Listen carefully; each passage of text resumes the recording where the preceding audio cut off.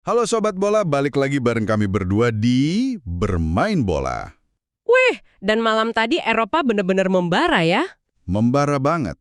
Bukan cuma soal gol-gol indah, tapi tensinya itu loh hampir meledak rasanya. Iya kan? Gimana enggak coba? Kita baru aja saksiin Real Madrid menang tipis di Lisbon. Dan menangnya itu lewat drama selebrasi Vinicius yang berujung ricuh. Sampai hancurnya tembok pertahanan Juventus di neraka Istanbul. Itu skornya 5-2, masih nggak percaya saya. Belum lagi kartu merahnya Jose Mourinho yang bikin suasana makin panas. Nah, di pembahasan kali ini kita bakal kupas tuntas semuanya. Statistik, kontroversi, rasisme, sampai nasib tim-tim raksasa ini di leg kedua nanti. Oke, jadi jangan kemana-mana. Don't go anywhere. Kita bedah semuanya di episode hari ini. Let's kick off. Oke, kita mulai dari mana nih? Mau dari Istanbul yang banjir gol atau Lisbon yang banjir drama? Mungkin kita mulai dari yang skornya paling mengejutkan dulu kali ya. Kehancuran total itu. Setuju. Galatasaray 5, Juventus 2. Ini angkanya aja udah aneh banget.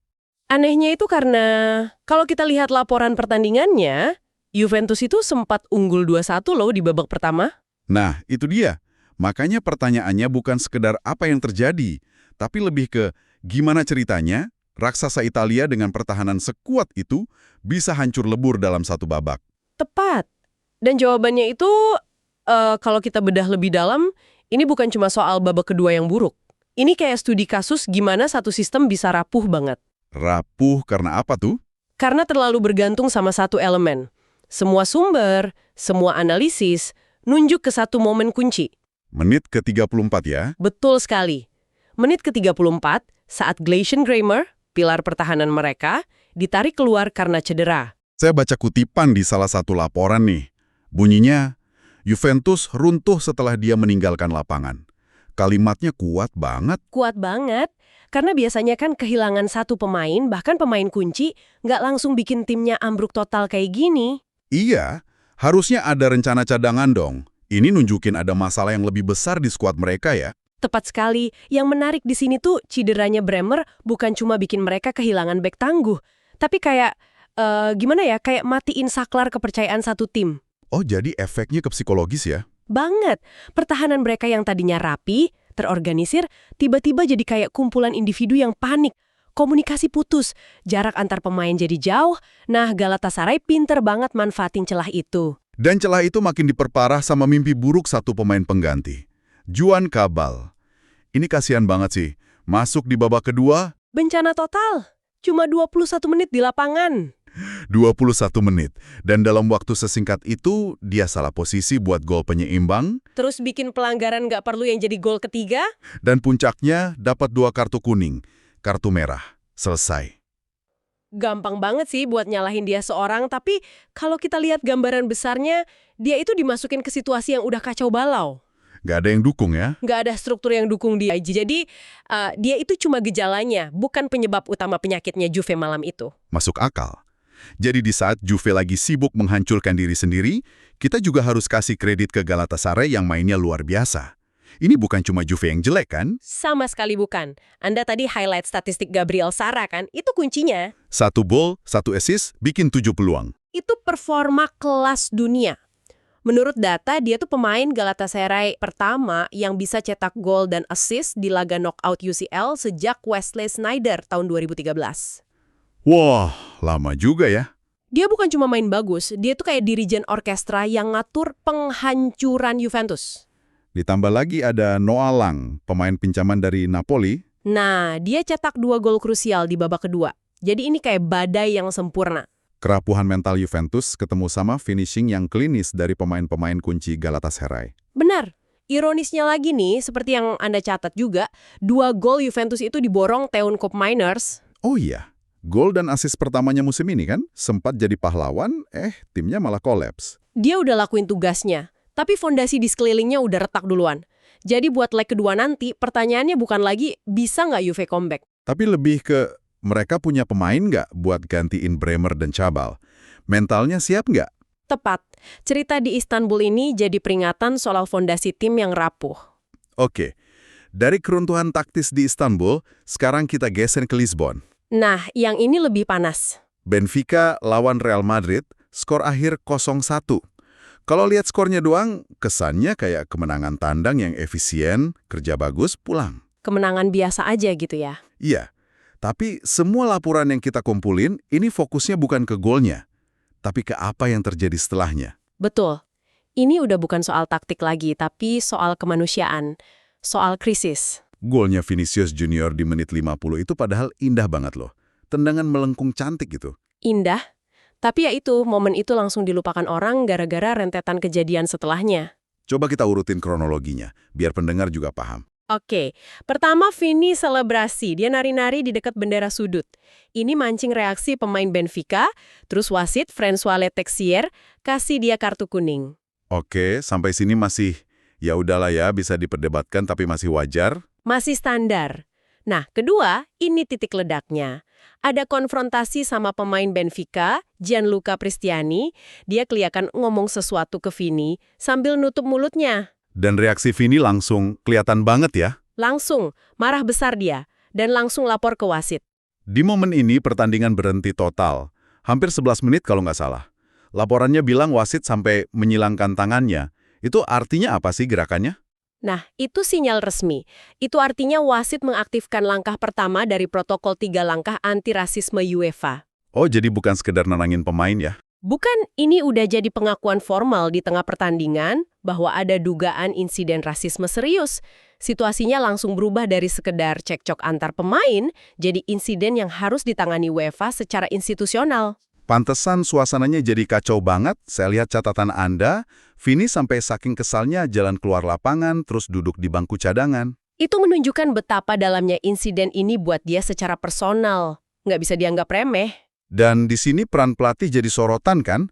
Mourinho sama Arbeloa sama-sama coba nenangin dia. Sama-sama coba nenangin, tapi dari kutipan yang kita punya, pendekatannya beda banget. Dan ini menarik buat dibedah. Kita mulai dari Mourinho dulu. Seperti biasa, pernyataannya penuh perhitungan. Sangat. Dia bilang dia percaya Vini itu memprovokasi penonton. Tapi di kalimat berikutnya dia langsung bela Benfica.